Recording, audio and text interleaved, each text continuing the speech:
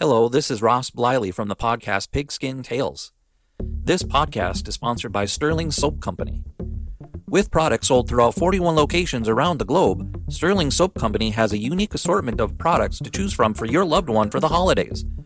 Handmade artisan soaps created by Roderick and Amanda Lovin since 2012, these products are affordable and provide great value. Act now and save on your shipping costs. If you purchase $75 or more, your shipping cost is free in the United States. Shop now online at sterlingsoap.com.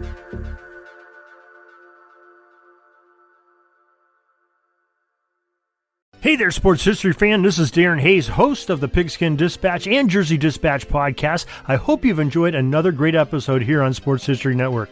Now, speaking of sports history, this episode was brought to you by Firefly Books, and they have two great ones for you this summer. For basketball fans, they have the NBA 75, The Definitive History by author Dave Zarum, who's appeared on our Jersey Dispatch podcast recently. He tells about the experience, the thrilling journey of the NBA, from its humble beginnings to its modern glory. Uncover the untold stories of triumph, controversy, and the greatest stars of the game. This isn't just a book.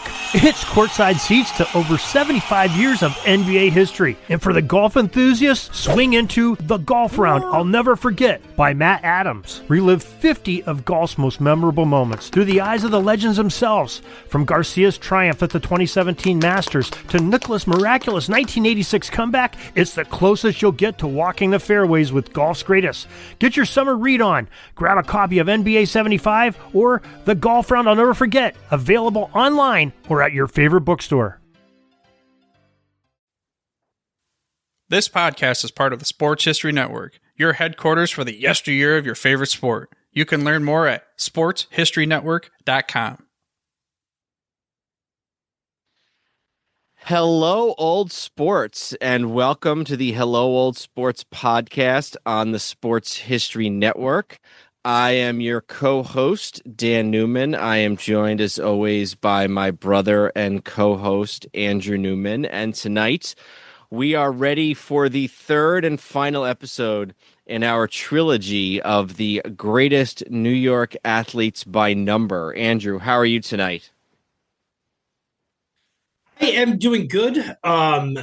This one is, I don't know if it's the most interesting one because it's the toughest. I think that's probably not accurate. It was definitely the toughest in the sense of, whereas some of the lower numbers were tough to choose between guys, it was more like finding a worthy candidate in these ones a lot of times.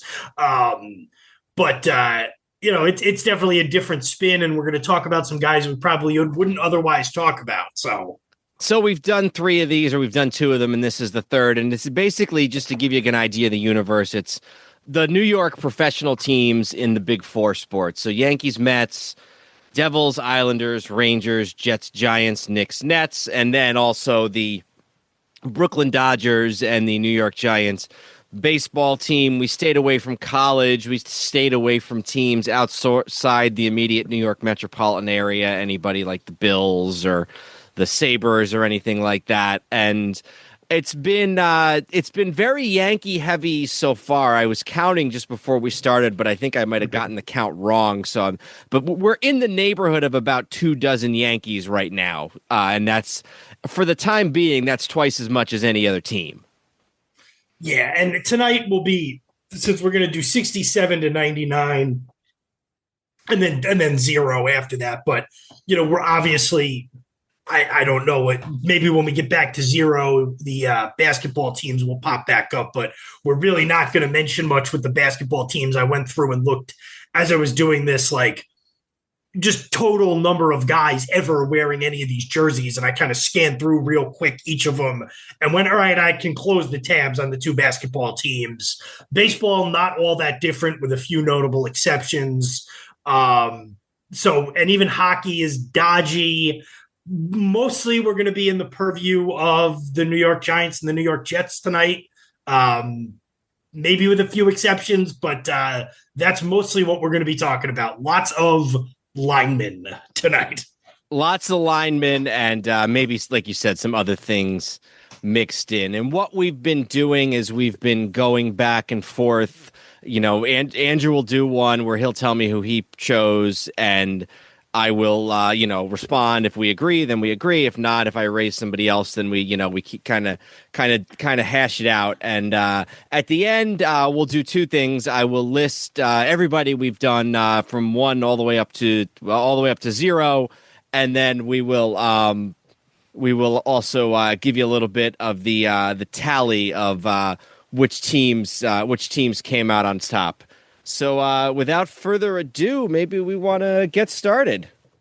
Are we on 68 or 67? 68, we were on 68. Number 67 was Dave Herman of the New York Jets, Super Bowl 1968 Super Bowl team. So we are ready to go with number 68, and I think I'll leave it to you to kick us off. All right, so I went with Kevin Mawae, the longtime center for the New York Jets throughout the 90s and early 2000s. Played a couple of years elsewhere, Seahawks and Titans, but played pretty much half of his career, the middle half of it with the Jets. He was with the Jets from 98 to 95.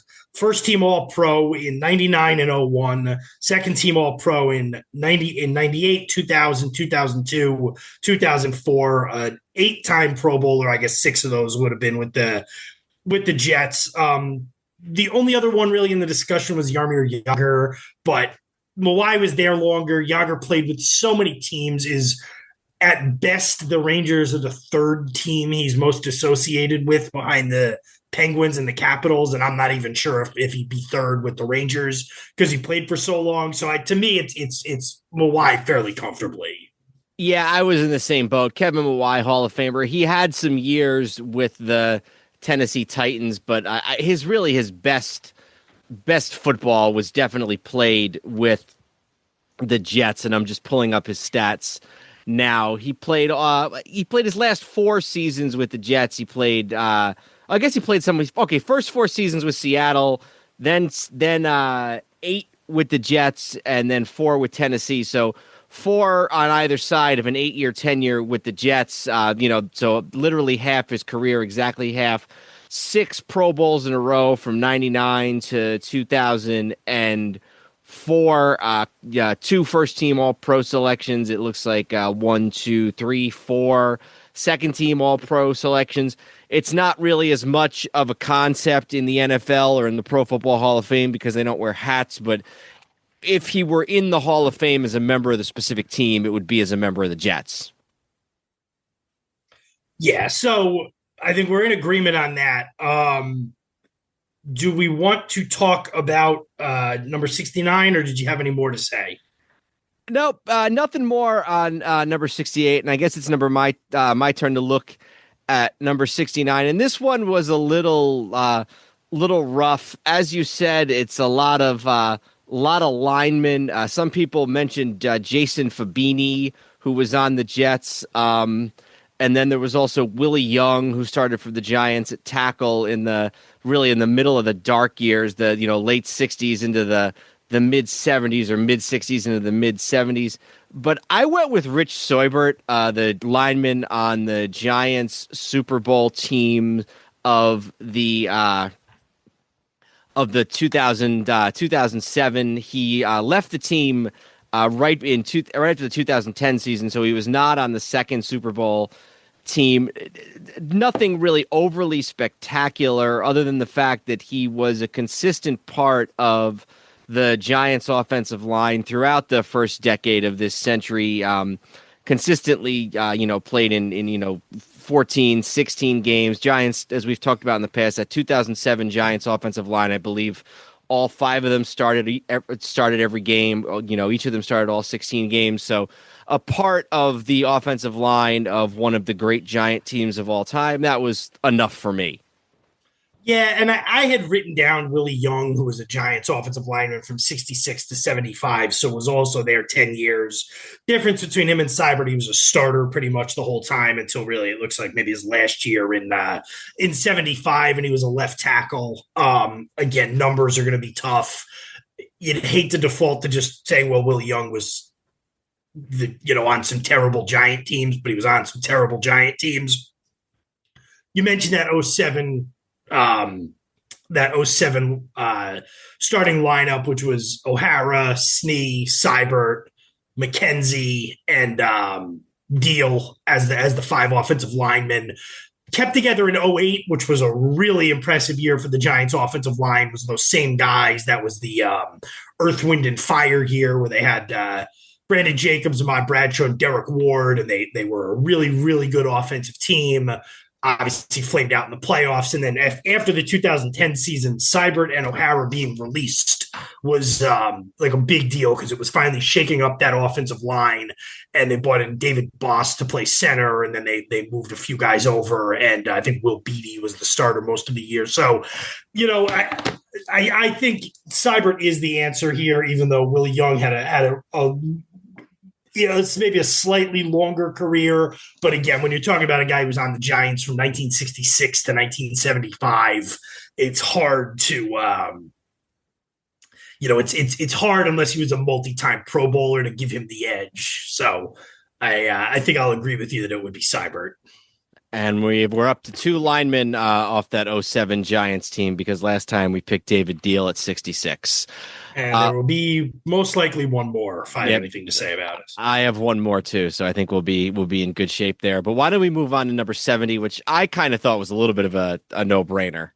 It is, and it's tough because Leonard Marshall's better than a lot of the guys we're going to talk about in this episode. But I mean, Sam Huff is a legendary Giant. He's a legendary player in NFL history. 4 consecutive Pro Bowls with the Giants in the late 50s, early 60s. He was one of the anchors of that, that late 50s, early 60s team. Would you say he was probably the best player on those teams? Wouldn't you think, year in and year out? Probably. Gifford had some monster years, especially in the late 50s and in the sort of the first half of it, the Charlie Connerly era. And there were some really great players on that defense. Robustelli. Well, actually, honestly, the guy who's, well, it's close. There's a lot of guys. Roosevelt Brown, who I think we're going to talk about in a while, but he's, what do you say? He may not be in a class by himself, but it doesn't take long to call the roll. Yeah, I don't know that I'm the first one who said that. So, and I mean, also you look and it's no coincidence. He was there 56 to 63. The 8 years with the Giants, they were in 6 NFL championship games. They only won the one, but they were there. First team All-Pro, 58 and 59. Second team All-Pro, 57, 60, 61, 63. Really just a all-time Giant, and had a falling out with the franchise, played a few years with the Redskins, and then spent the next 55 years or whatever more associating with the Redskins franchise than the Giants. But we don't have to factor that in. And again, Leonard Marshall was a really, really good player for the Giants, and won a few championships of his own. And a lot of these numbers we're going to talk about tonight, Leonard Marshall would be above most of the guys who are going to occupy these spots, but he had the misfortune of wearing number 70, probably because the Giants and Sam Huff had such a falling out that they didn't retire his number. Yeah, and Sam Huff leaving is kind of what gets seen as sort of the beginning of the end for the Giants in a lot of ways. Any truth to the rumor that that's where that expression came from, left in a huff? No, that's like that. That's like that Groucho Marx. I think it's Duck Soup is the movie when he's just going around insulting people. And he says, if you've got a problem, you can leave in a huff. If that's too quick, you can leave in a minute and a huff. All right. That's good. I enjoy that. All right. Should we move to number 71, which this was an interesting one.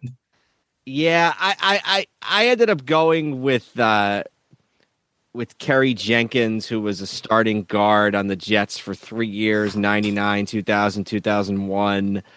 Then went on to Tampa and actually was a starter on the Super Bowl team in Tampa that won the 15 that won the Super Bowl against the Oakland Raiders in the Super Bowl that year.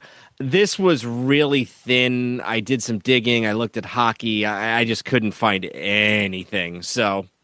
No, this is bad. The only Giant who springs to mind was Dave Tollefson, who might have made a big play or two in that '07 season. But it's funny because this one, literally the Athletic NY Times one, where they explain each guy, the entirety of 71 for Kerry Jenkins is Jenkins was a 3-year starter at guard for the Jets from 1999 to 2001. That's the entirety of his reason for being a selection. You know what's also interesting about that stretch from 1999 to 2001? He would have had 3 different head coaches. Not even counting Belichick. Yeah, well, no, I'm not going to count Belichick. So yeah, I mean, it's bad. I checked hockey just to make sure. I checked basketball. I checked everything. 70. It's probably Kerry Jenkins, a 3-year starter at guard for the Jets in the turn of the century. All right, we're on to 72. It's your turn, and this one's probably by the way, you're getting the better ones so far. You've gotten Huff and Mawae, 2 Hall of Famers. I've gotten Kerry Jenkins and Rich Seubert. But 72 is yours. Go ahead. 72, and I could go to the closet and put my jersey on for this, is O.C. Umenyiora, the excellent Giants defensive end for 10 years, big part of 2 Super Bowl teams. They drafted him in 03, and pretty quickly, certainly by 05, maybe even a little earlier, he was starting opposite Michael Strahan on the other end of the field. First team All-Pro in 05, second team All-Pro in 2010, Pro Bowler a couple of times, was part of the dominant. He had a very big knack for stripping the ball on sacks. He was always really, really good at stripping the ball. I remember a game in 07 against the 49ers where he hit the quad. It was like everything you want from a pass rusher. It was a sack, a forced fumble, a fumble recovery, and a touchdown. And he was really good for them in the playoffs that year. He was really good for them in the Super Bowl in 07 that year. They just were relentless against Tom Brady in the Super Bowl, him and Strahan and Tyke, and then obviously Strahan retired, and it was him and Tyke, and just a all-time great Giant that maybe Giants fans know how awesome he was, but I don't know that he comes up often enough as an all-time great Giant, when you could certainly make the case that he was the best player on the defense of both of those teams, certainly the 07 team. And he was there for basically the whole Coughlin era, or at least the whole Coughlin era where they were winning. His first year was the year before Coughlin, and he was there through 04, 05, all those playoff years. I don't know. You probably know this. He missed the whole season in 2008. Did he get hurt in the offseason that year? Or? So he got hurt in the preseason, and this is what's crazy about how good they were in 2008 was, and I remember this story because Strahan retired at the end of the 07 season, and OC got hurt either in training camp or the preseason. And I think it was an ACL or Achilles, one of those killer injuries. And the newspaper the next day, the back page of the newspaper was the bat signal except instead it was Strahan's smile.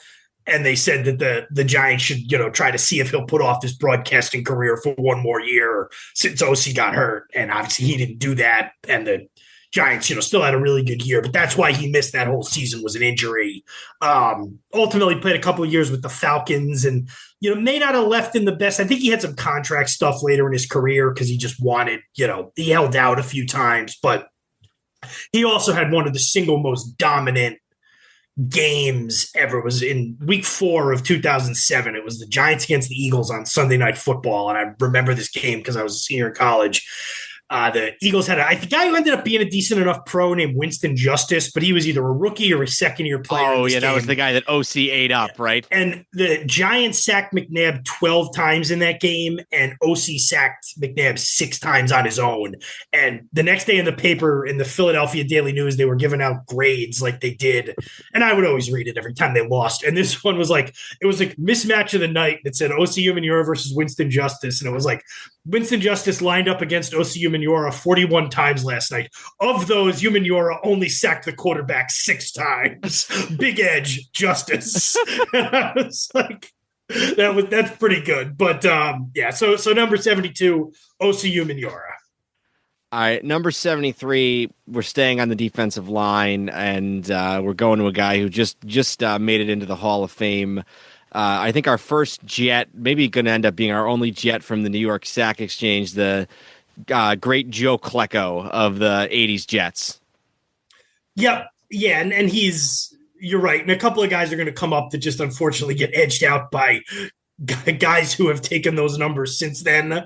But yeah, Klecko, those early 80s teams, he had, I believe it was 20 and a half sacks in 1981, although technically sacks were not officially counted until the next year, but it's not like the 30s where they can't go back and reconstruct it. First team All-Pro, 81 and 85, second team All-Pro in 83, 4 straight All-Pros in the early 80s, or 4 straight Pro Bowls in the early 80s if you don't count 82, which you really shouldn't. Had a 11 year, I guess 12, because he played a year with Indianapolis, but on some really good Jet teams. 81, 86 was a really good Jet team that fell apart down the stretch. Became kind of a synonymous face with those Jet teams, and you'll hear often guys who are Jet fans from that era talk about how much they loved Joe Klecko. And I didn't necessarily realize this till I was researching this the other day, but he moved halfway through his career to defensive tackle and still got sacks, never hit double digits again, but give him credit. A nose tackle position is much different than a pass rushing defensive end, and he was able to have a Hall of Fame caliber career at both.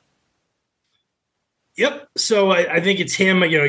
Nobody really even none of these articles I read really even mentioned another worthy candidate. Kenny Rogers when he was on the Mets. Okay, well, again, same thing. He couldn't wear Casey Stengel's 37, so he flipped it around. So anyway, Met fans remember him fondly walking in the winning run of the NLCS. I don't think Yankees fans remember him much more fondly. They just won in spite of him. They won in spite of him, exactly.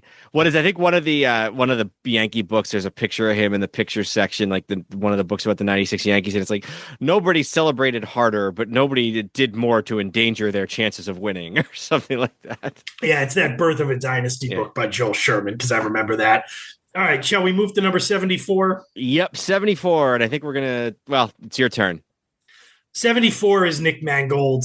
And again, we talked about the Sack Exchange losing a guy, because I think Abdul Salam was number 74 for the Jets as well at one point. But Mangold was one of those great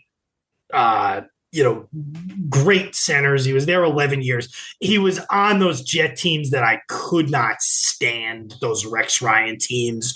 But those 2 years they went to the AFC Championship game, he was an All-Pro first team, second team All-Pro the next year, a 7-time Pro Bowler, played his whole career with the Jets, became as much as a center, certainly a pre-Kelsey center could become a celebrity. He had become kind of a celebrity in at least Jet circles, and I know he was like a Rex Ryan guy, and I just think absolutely an easy choice here.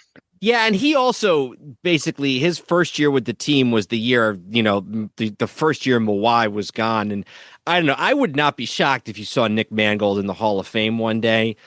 Either way, they basically went from one Hall of Fame caliber center to another Hall of Fame caliber center, back to back. So, yeah, to me, it's Nick Mangold, and, like a few of these, it's not been particularly close.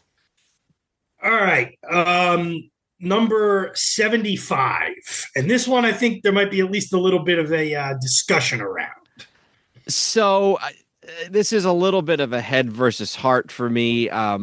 I wanted to go George Martin, who was a defensive lineman for the Giants in the 70s, starting in the 70s and then into the 1980s. His last year, I believe, was 88. He and Harry Carson, who was named, in our previous episode, had very similar careers. Martin, who, basically by the 80s was mostly just a pass rushing defensive end. He was not playing full time. Actually in 85 had 10 sacks at 32 years of age. And so had some good years for the Giants. He also was, for whatever reason, as a defensive player, he scored a ton of touchdowns. He returned 2 fumbles for a touchdowns. He had 3 interceptions returning. We're talking about a defensive end now. I think he also scored a touchdown. He scored a touchdown on a reception in 1980, which I'm guessing was a some sort of a fake punt or a fake field goal. All in all, the guy scored 7 touchdowns in his career as a defensive lineman. So, as a Giant fan, I was sort of tempted to go with him, and I think a couple of the articles that that we've referenced have picked him. But I do feel like it's probably got to be Winston Hill, the offensive tackle for the Jets, of starting all the way back in 63 and going all the way up until 1976. So basically the whole Namath era.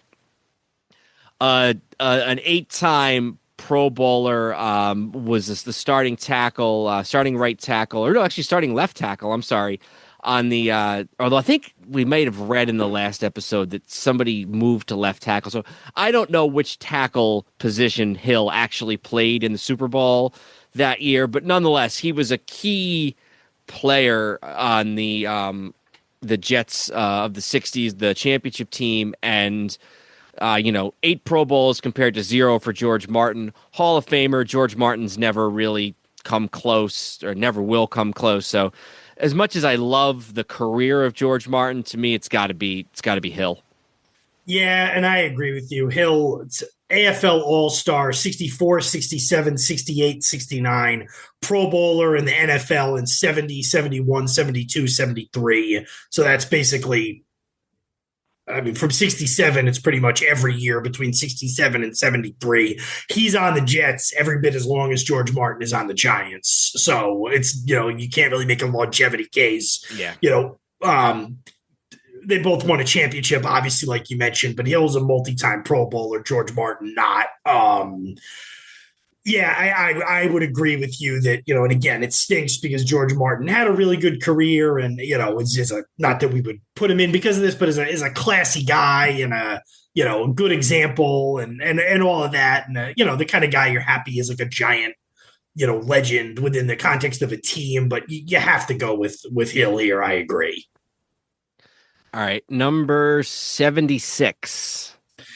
Number 76 is, and again, we're going to go with a third member of that 2007, and he was on the team for a lot longer, Giants offensive line, and go with Chris Snee, the offensive guard who was the best offensive lineman on those teams. He was, they were a really good unit, and they had a lot of guys who really fit together, but he was a guy who was consistently making Pro Bowls. He was a first-team All-Pro that year in 08 we talked about, second-team All-Pro 09 and 10, a 4-time Pro Bowler, Giant Ring of Honor, and, just an anchor at guard for that team for years and years and years.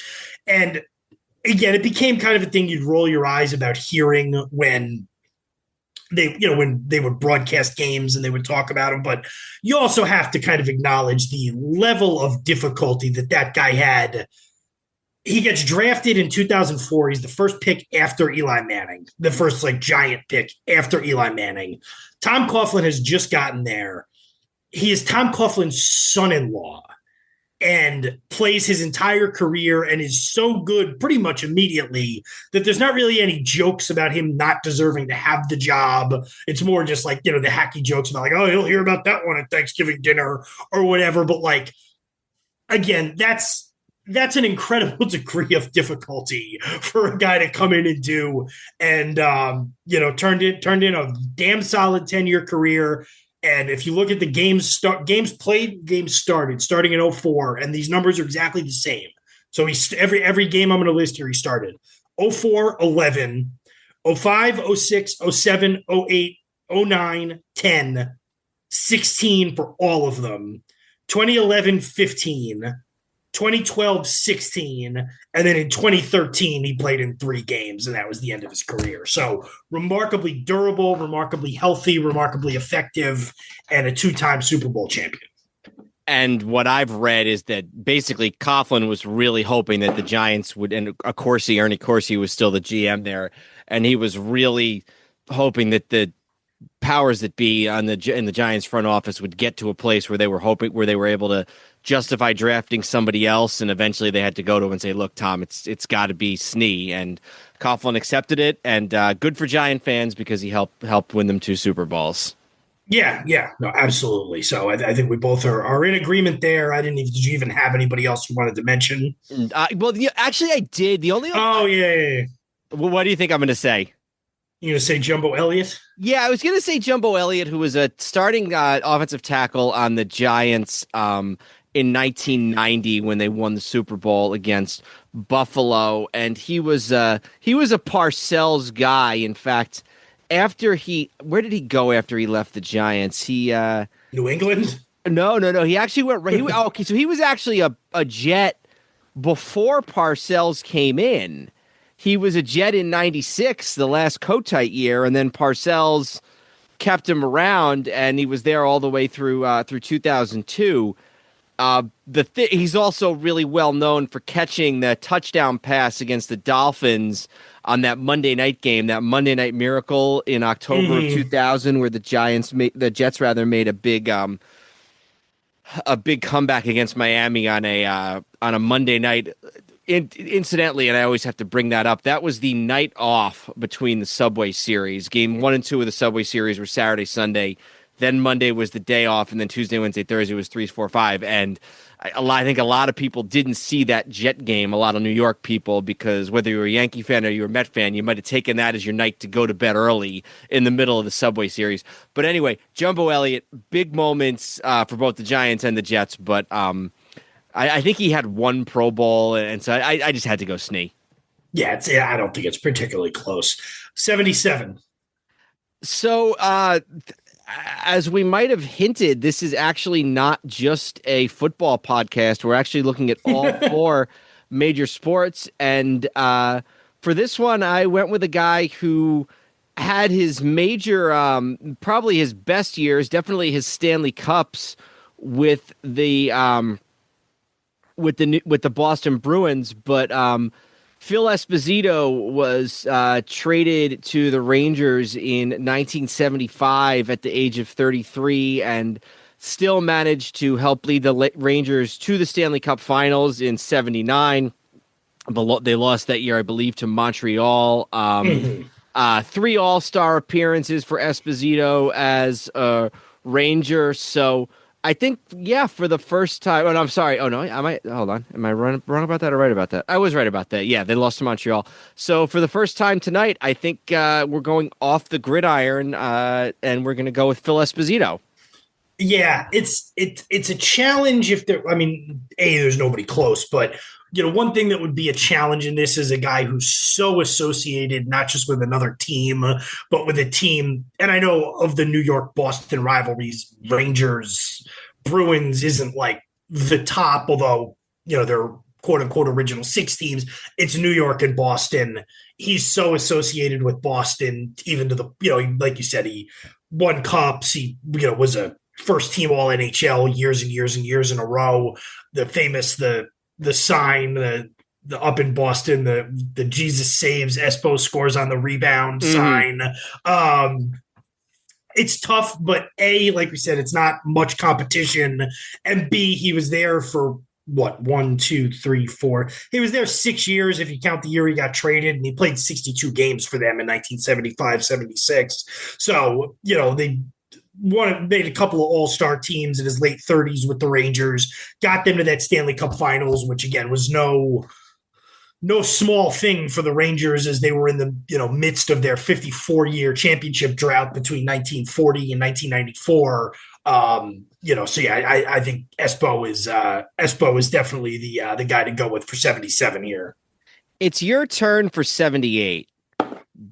And I actually I don't think what you have is going to be what I have here, because I felt the need to dig deep a little bit, but I'll turn it over to you, and then I will advocate for my pick. So I felt no such need, or I didn't do this, or I didn't come out with a different answer. So I'm definitely open to you.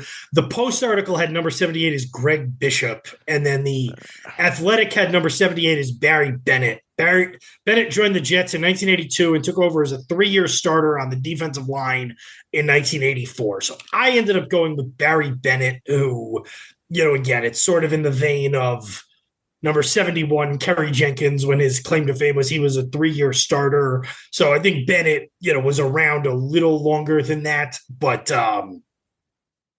he's who I went with. But if you have, he was with the Jets from 82 to 88, for the record.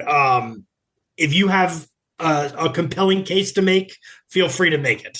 I do, because I dug deep a little bit, and I feel pretty strongly about this. I went with Al DeRogatis, who was a lineman for the Giants. He played both offensive and defensive line in the late 40s and early 50s. Only had a 4-year career before injuries forced him to retire, but he was a Pro Bowler twice. He was an All-Pro once. He was also an All-American at Duke in college, for what that's worth. After he retired, he's a name you might hear because he was a football analyst for many years, starting first with AFL. He did 3 Super Bowls, including Super Bowl III with Kurt Gowdy. So probably very well known. He also did Giants games on radio with Marty Glickman. That 1950 Giant team that he was on was we talked about this a couple episodes ago, a surprise Giant team in 1950 that made it all the way to a playoff game against the Cleveland Browns and only lost to them 8-3. So none of those other guys, I didn't look recently, or I'm not looking right now, but I don't know if Barry Bennett ever had any Pro Bowls, any All Pros. So I really, I feel like DeRogatis has a really, and nothing for Bennett either. I feel like Al DeRogatis has a really strong case. I think you're right. Barry Bennett, by the way, I can't help but Barry Bennett and his wife were shot to death by their son in 2019. Geez. That's horrible. As I'm pulling up this Wikipedia, that's not what I was looking for. I think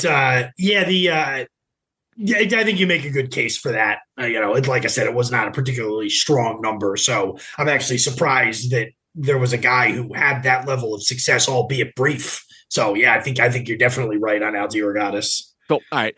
79, it's my turn. This was a pretty easy one. This was a guy who even today still gets named as one of the greatest New York Giants of all time. Also one of the first black players, not the first black player. That was Emlyn Tonella we talked about last week, but one of the first black players in the Giants joined the Giants in 1953. That's Roosevelt Rosie Brown. He was there all the way through 65. In fact, he was still a Pro Bowler at 33, at 65. 1, 2, 3, 4, 5, 6-time All-Pro offensive tackle. Was on all the teams. Played in, I think, every single NFL championship game that the Giants made during those years. So that's 56, 58, 59, 61, 63. Roosevelt Brown made the Hall of Fame, I think, very shortly after he retired. He's, like I said, still gets named today as one of the greatest Giants of all time. So I don't know who else was even considered or mentioned, but I think that Roosevelt Brown, Rosie Brown, he takes this in pretty much in a landslide. No, and when we did one of those rankings, or when we looked at the Giants 100 that they did last offseason, Brown had to have been in the top 5 for greatest Giant of all time. They had him second. I think I might have made an argument for Gifford to be second and him to be third, but yeah. But either way, he's in that pantheon.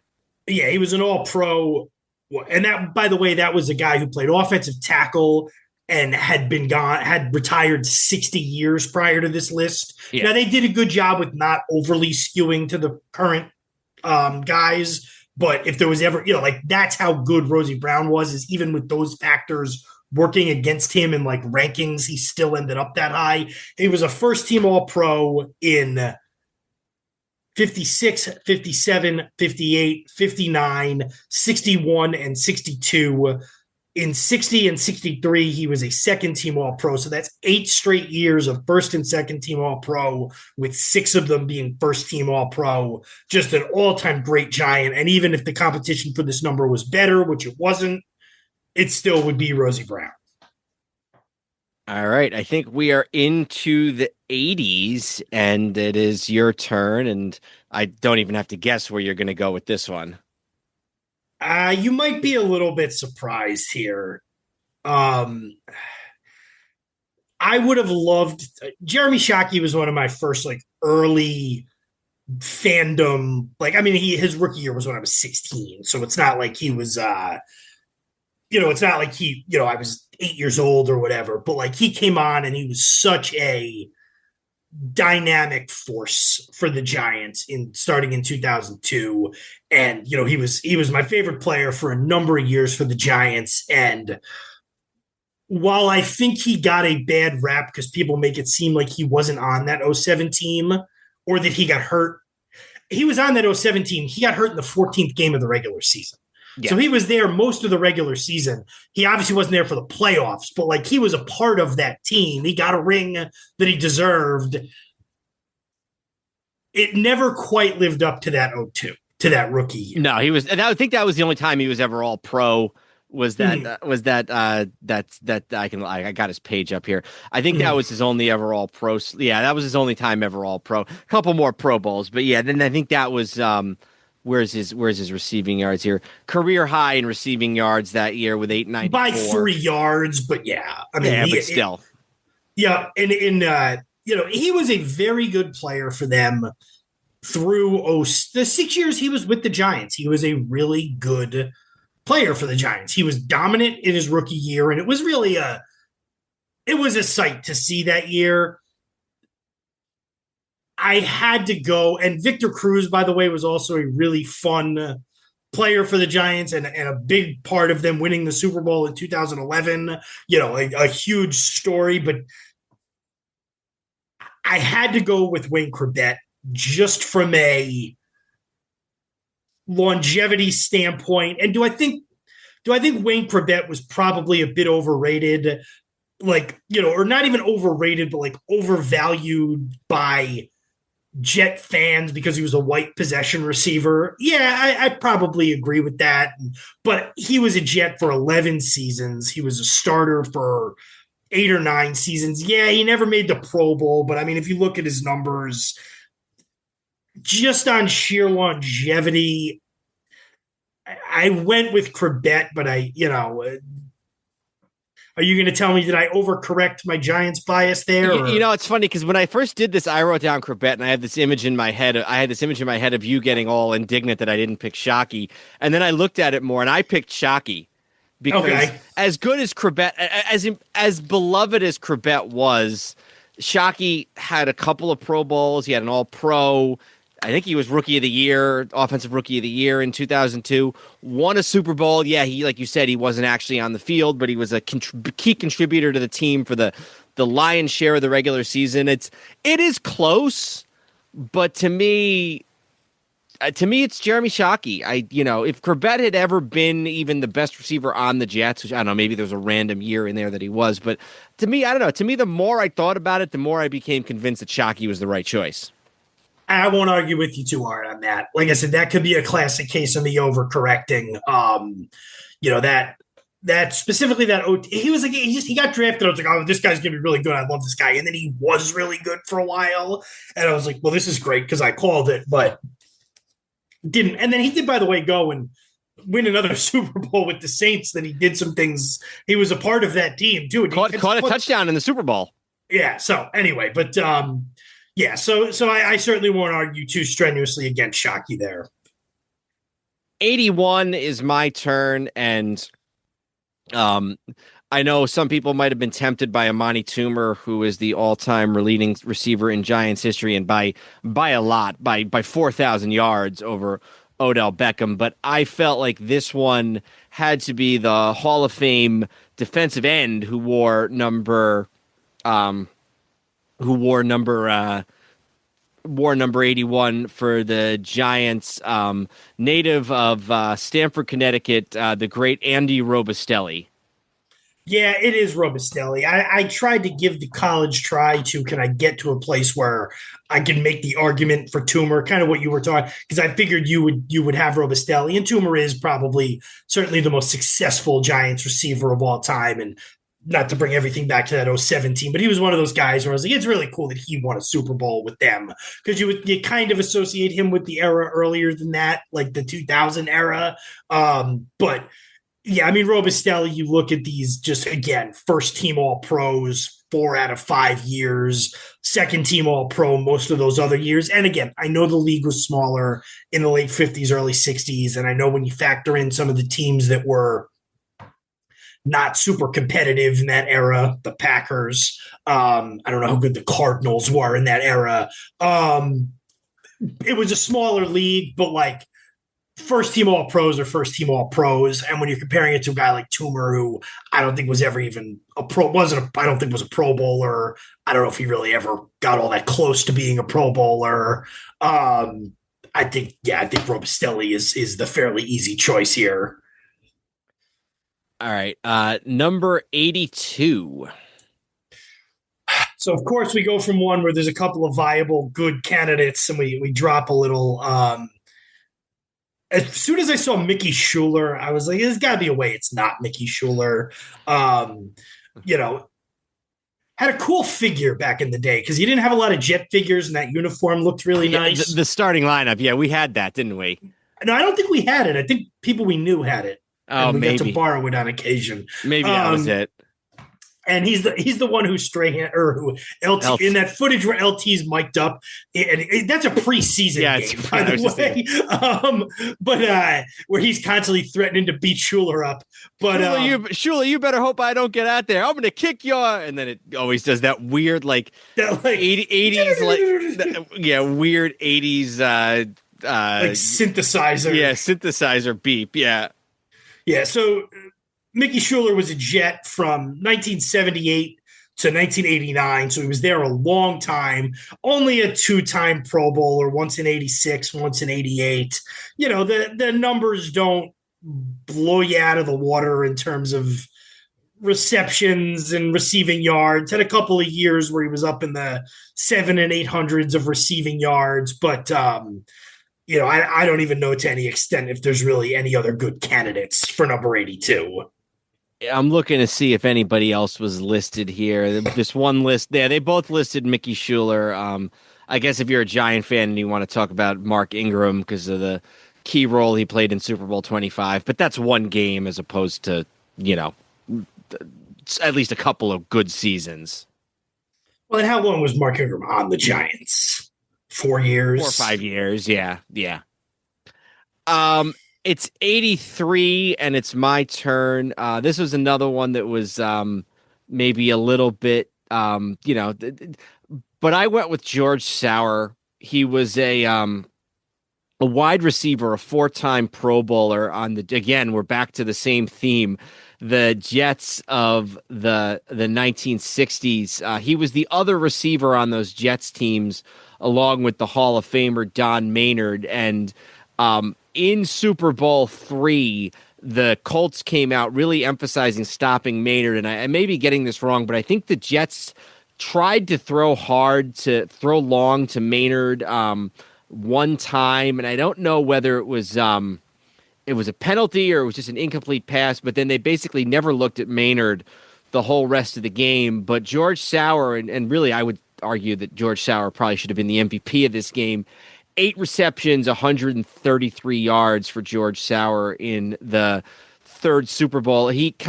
burned out on football at 27, retired, and then became a former player who was really critical of the culture of the NFL and pro football and that type of thing. I think he became almost like a hippie type lifestyle, but more like George Sauer, SOUR. Am I right?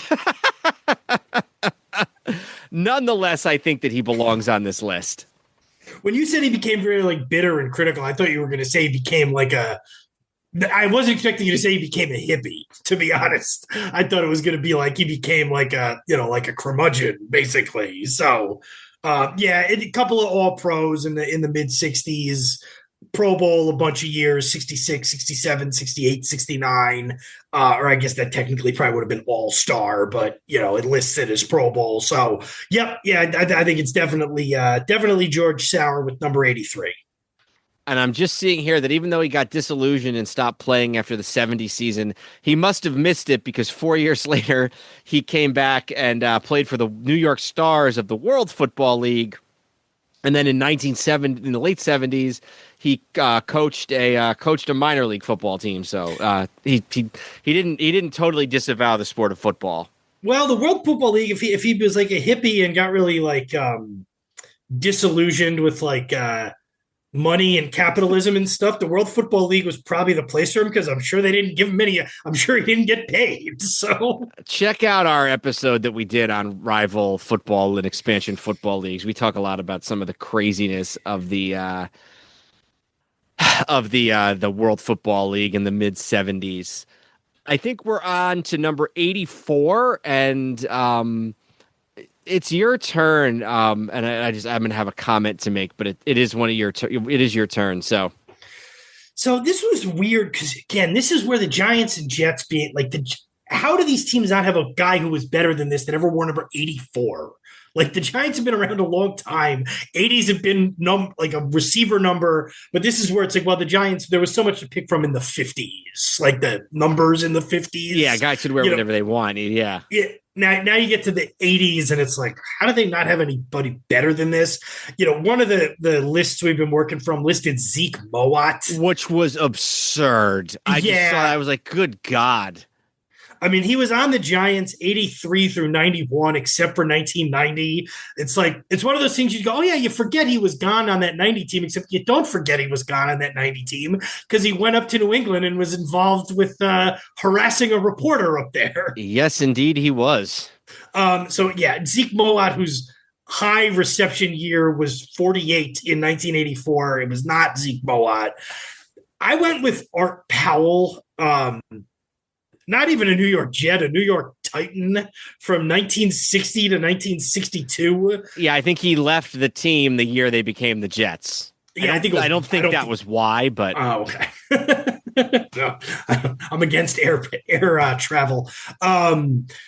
First team All Pro in 60 in the Jets' first year. Second team All Pro in 62 with the Jets. Then went on and played a bunch of years with the Raiders. 4-time All-Star with the Raiders, led the AFL in receiving in 62 with the Jets or with the Titans. 60, he was the touchdowns leader. Again, it's nothing that's going to blow you away, but absent anything else, and unless you're going to tell me I missed something, I went with Art Powell. I did too, and actually it's funny because he prior to George Sauer getting there, he was the guy who started at receiver opposite Don Maynard. They were the first, and this was the very first year of the AFL. They were the first wide receiver tandem to gain 1,000 yards each. They did it in 60 and then again in 62, which, like we said, was Powell's last year with the Titans/Jets franchise. Yeah, it's not Zeke Mowat. That was laughable. I think Powell probably in 3 years did better receiving than Mowat did in 67. Put out some, just in his career, and some of these are not Jet years, but 1167, 1130, 1304, 1361, 1026 in 14 game seasons. So yeah, I think it's Art Powell. And by the way, Powell, a guy with a pretty interesting story. Early, first of all, the picture of him looks like it's him at the Polo Grounds, which I definitely support. But he was played. And remember, this is he played a game with the after his rookie season in 1959 when he was a reserve defensive back and kick returner for the Philadelphia Eagles. Powell refused to play in a 1960 preseason game against the Redskins in Norfolk, Virginia, upon learning that the Eagles' black players would not be given rooms at the team's hotel. Because Powell's black teammates did not join in his boycott, he feared it would end his NFL career. Soon after, he signed with the AFL's Titans, team with Don Maynard. And when the Titans faced the Oilers in a preseason game in 61 in Greenville, South Carolina, and housed their black players in a rundown hotel, Powell again staged a one-man boycott. 63 with the Raiders, they scheduled a preseason game in Mobile, Alabama. This time, three other players joined his objections, and Al Davis moved the game to Oakland. So again, a guy that I didn't know any of this, but as I was kind of looking looking his information up, just a guy who, we kind of talk about, we would probably only talk about certain guys after in memoriam. So since this guy came up sort of naturally in this, I figured I'd at least mention his story. Absolutely. Let's look at number 85. It's my turn. Some of the names I saw Wesley Walker, who, when, we're really on the subject of Jet receivers here. Wesley Walker, who started for the Jets at receiver, played his whole career with the Jets. And had some decent enough seasons. But to me, this was another receiver going about 20 years further back and with the Giants. And that was Del Schaffner, Charlie Connerly's favorite target. He was with the Giants from I'm mistaking him with Kyle Rote. Schaffner was Y.A. Tittle's favorite target. He came onto the league, came onto the Giants from the Rams in 61, just as sort of the Connerly years were ending and the Y.A. Tittle years were beginning. First 3 seasons with the Giants, NFL title game all 3 years, over 1,000 yards all 3 years, first team All-Pro all 3 years. So it's Del Schaffner. Yeah, if this had been a weaker competition, like a number 71, like we talked about, or 78 even, I could find myself making a case for David Tyree, because he did make a couple of Pro Bowls and he made one of the most famous plays in football history. But I lived in New York for a time, and I remember when Y.A. Tittle was throwing passes to Del Schaffner. So my brother had to have known that was coming. I did. As soon as I started that, he put his head up in the air. I did. You got a problem with me quoting Dick Nixon? That's a quote from Richard Nixon. It's not the first time that Andrew has brought that up on the podcast. It won't be the last. Well, it's as long as it's somewhat pertinent, I guess. What part of that's not true? I lived in New York for a time. Well, the fact that you remember watching Del Schaffner played when he retired 20 years before you were born. But in all seriousness, Schaffner was not with the Giants super long, although I guess he was there 7 years. Those first couple of years with him and Tittle, he's a first-team All-Pro. He's puts up numbers. He's over 1,000 receiving yards each of those 3 years, and 11, 12, and 9 touchdowns. And, and again, I knew they, for the time, had a wide-open offense, but still, those are impressive numbers in any era, let alone the early 1960s, playing not exactly in a warm weather climate in New York either. Passed away in 2020, and we discussed him quite a bit on our In Memoriam that year, so check that out if you want to hear more about Del Schaffner. We will move on to number 86, and Andrew, you're up. So this is an interesting one, and I went possibly due to boredom, but I think there's at least a decent case for this. I went with a current player, a current hockey player. I went with Jack Hughes from the New Jersey Devils, who is still, as of this episode, only 23 years old. He's been with the Devils since he was 18 in 2019, 2020. He's been an all-star 3 times already. He's, still a very, very young player. And, with all due respect to some of the other guys we may mention here, I don't think Lionel Manuel makes a strong enough case where I can't give it to a young guy who's already made a bunch of all-star teams. Yeah, I went with Verlin Biggs, 3-time Pro Bowler for the Jets. Again, yet another guy from the the 68 AFL 68 Super Bowl title team 3 times. And you said Hughes has already been an All-Star 3 times. I believe he's been, let me see, awards and honors. It's weird the way they list it with the NHL. It is. He's been an all-star 3 times, 22, 23, and 24. This also lets us know that he's the EA Sports NHL cover athlete this year. Yeah, but that does show you how does show you how prominent he's been. I think maybe I'm being swayed a little bit by just the novelty of it, since we've just taken so many Giants and Jets from the 60s through the 80s. But yeah, I can give you that one. I can go with Jack Hughes, current player for the New Jersey Devils. First overall pick of the draft, too, by the way. So we're on to number 87, and this was definitely a tough one. And the only thing I could find out there was Howard Cross, who played on the Giants as a tight end starting in the late 80s and was still on the team in 2000 when they made the Super Bowl against the Ravens. I think he's like second or third all time in Giants games played. I don't know. He was never really even a good player. He was basically just a serviceable blocking tight end. But I don't know. Unless you got something different, I think it might be Howard Cross. I went with Lavernius Coles. Cross, I think, was there from 90 to 01. Was that how long Cross was there? I'm pretty sure. I'll look this up, but I'm pretty sure 89 was Cross's rookie year. So Coles was a Jet. 89 to 01. So 12 years. Coles was a Jet 2000, 2001, 2002. He was gone for 2 years. Then he was back 05, 06, 07, 08. So he was there, 1, 2, 3, how many years was that I read? 7 years. His only Pro Bowl was in the middle of that when he was with Washington. But, some of these, he started pretty much every game when he was a Jet. Receptions, 89, 82, 91, had a couple of 1,000-yard seasons with the Jets in 2002 and 2006. Touchdowns. Again, I don't think, especially when you look at, to be honest, his best year of his career was 03 and 04 when he was with Washington. But, he came back and was good for those Jet teams. So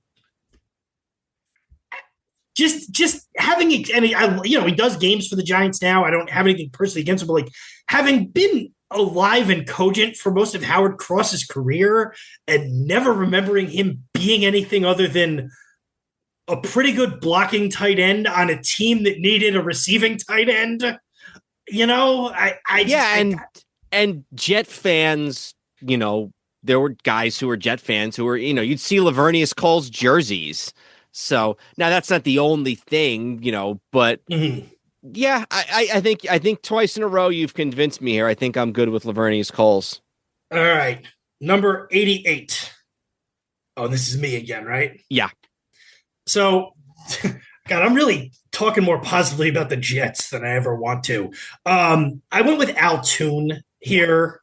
Again, neither team has a sterling history with wide receivers. The best 88 I can remember for the Giants is like Hilliard, I want to say. Toon was there 85 to 92, so he was a Jet for 8 years. He had 3 straight Pro Bowls in the mid to late 80s. He was a first-team All-Pro in 86, second team in 88. Their number one receiver most of those years, couple of 1,000-yard seasons. Touchdown numbers were never overly impressive, but in a weak field and having been probably the best Jet receiver in that 7 or 8 year span, I thought Al Toon gets the nod.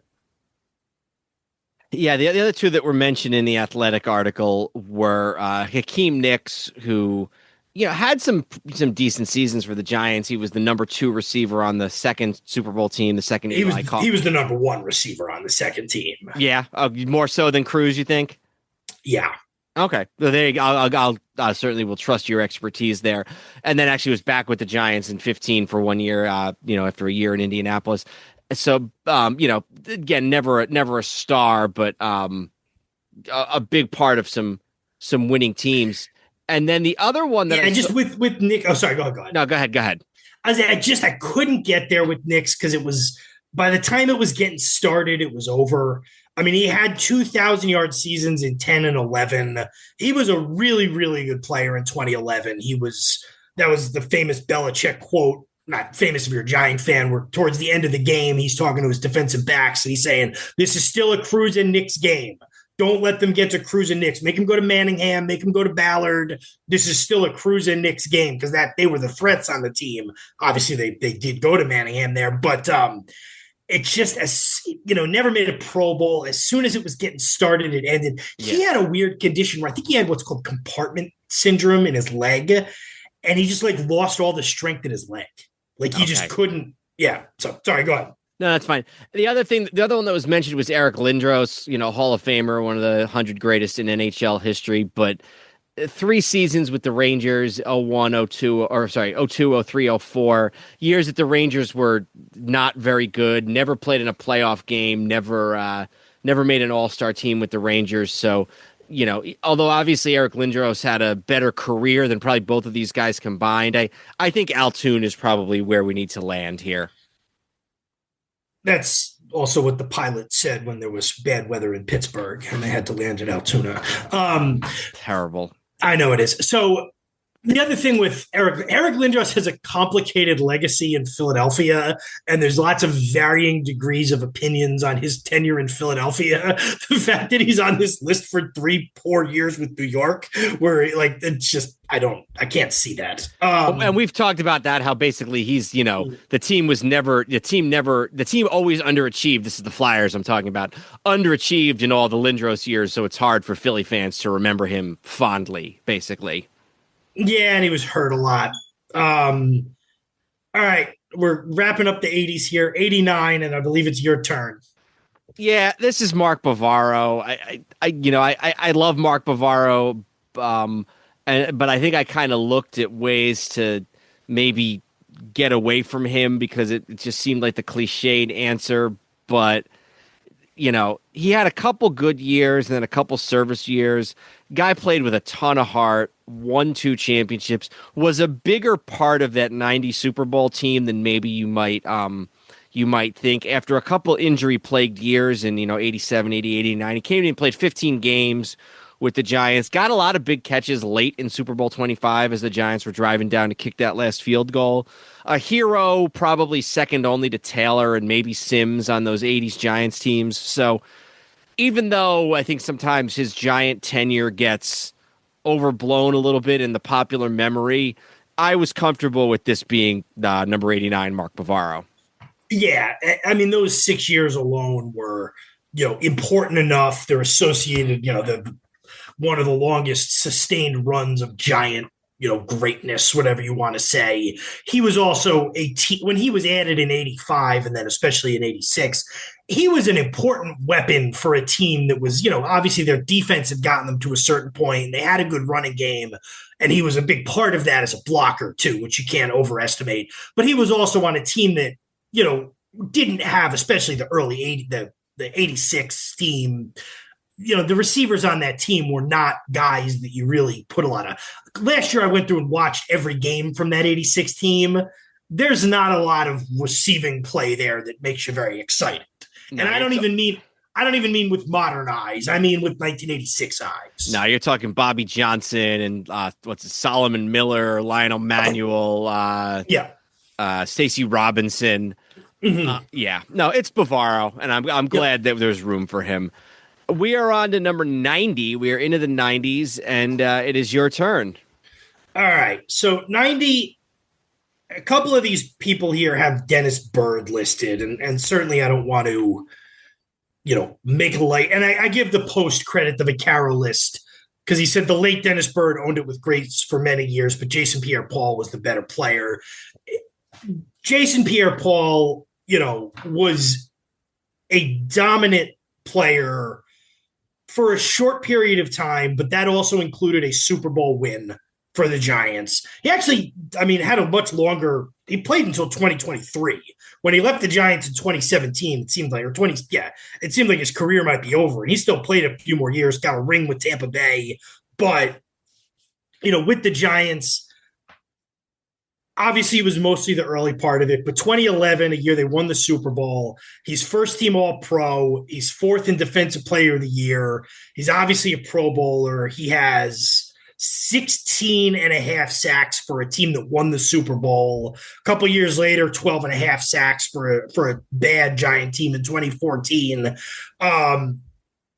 Certainly, even his last year with the Giants, 8.5 sacks. Certainly, did he end up with the Hall of Fame Giants career we were all hoping for in 2011?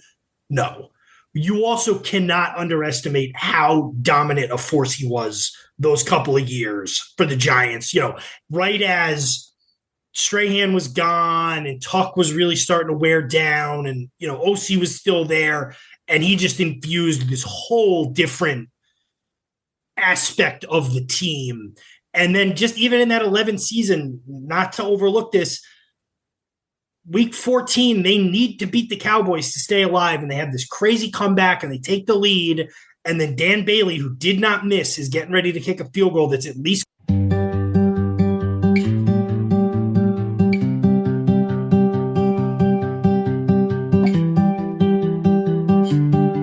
The Sports History Network, where legends live on and the past plays loud. Welcome to the place where history's proud. From gridiron glory to the hardwood stars, from the racetrack heat to Olympic bars. It's the voices, the stories, the moments you miss, told by fans and pros who live for this. Hook and Themic, the Sports History Network, where the past comes alive. Podcasts and blogs that keep the flame high. From Babe to Brady, Alley to the Dome. If it's history and sports, then this is the home. SportsHistoryNetwork.com, the headquarters of sports yesteryear.